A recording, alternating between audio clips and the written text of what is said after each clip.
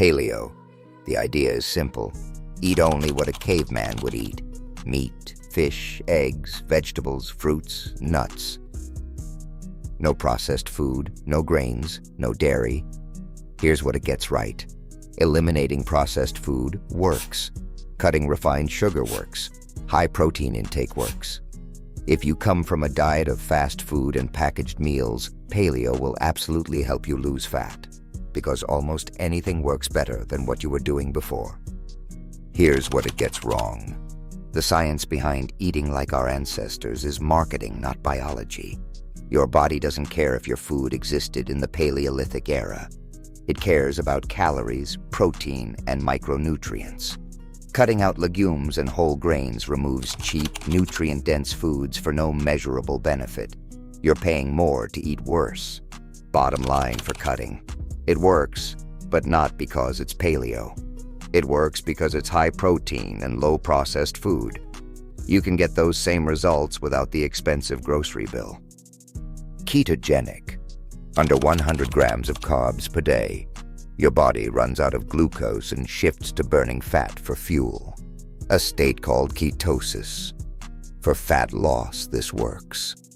Studies consistently show keto produces strong short-term results, partly from water weight, partly from real fat loss, and partly because high fat and protein intake keeps you full. The problem isn't the science. The problem is sustainability. Keto eliminates most fruits, all grains, legumes, and a significant portion of vegetables.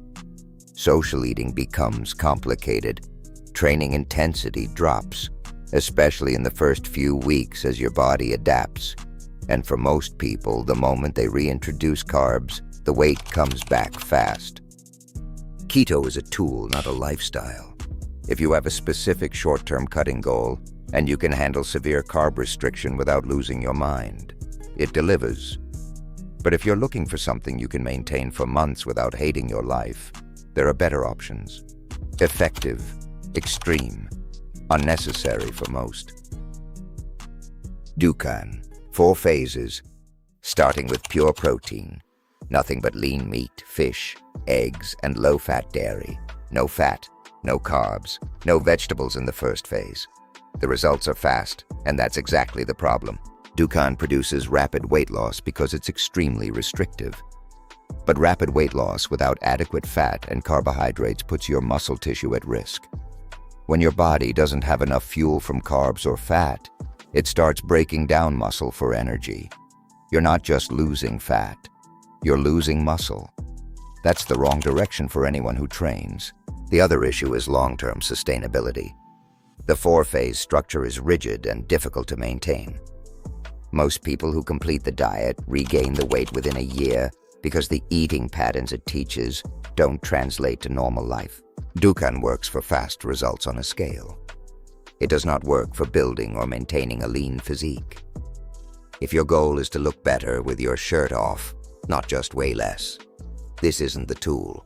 Intermittent fasting. You restrict your eating to a specific window, typically 16 hours fasting, 8 hours eating. No specific foods are banned. The structure does the work. It works for cutting because it naturally reduces total caloric intake for most people. Fewer eating hours means fewer opportunities to overeat. It also simplifies the day. No breakfast decisions, no mid-morning snacks. For people who aren't hungry in the morning, this fits without effort. The science on metabolic benefits beyond caloric restriction is mixed. The fat burning and growth hormone spikes you'll read about in the marketing are real but modest. The primary mechanism is simple. You eat less. That's it. The limitation for lifters is protein distribution. Research suggests spreading protein across multiple meals optimizes muscle protein synthesis. Compressing all your protein into an 8-hour window is workable, but requires planning. If you train in a fasted state without adequate pre-workout nutrition, performance suffers. IF is a scheduling tool, not a metabolic miracle.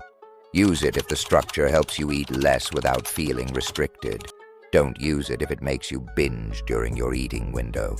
Low carb, around 100 grams of carbohydrates per day. Not zero, not keto, not extreme. Enough to train with intensity. Enough to include vegetables, some fruit, and occasional flexibility. High protein, moderate fat, controlled carbs. For cutting, low carb works through multiple mechanisms. Reducing carbohydrate intake lowers insulin levels, which improves fat mobilization. High protein protects muscle mass during a deficit. And unlike keto, you're not eliminating entire food groups, which means you can sustain this for months, not weeks. The flexibility is the advantage. You can adjust carbs up on training days and down on rest days. You can eat at a restaurant without asking for a special menu. You are not miserable. The one thing low carb is not, is magic. A caloric deficit is still required. You can overeat on low carb and gain weight. The diet controls hunger and optimizes hormones for fat loss, but calories still run the equation.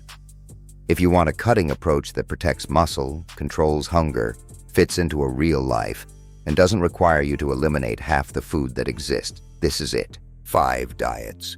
All of them work under the right conditions. None of them work if you quit by week 2. Pick the one you'll actually sustain and execute it. Drop a comment. Which one are you running and why? I want to see it.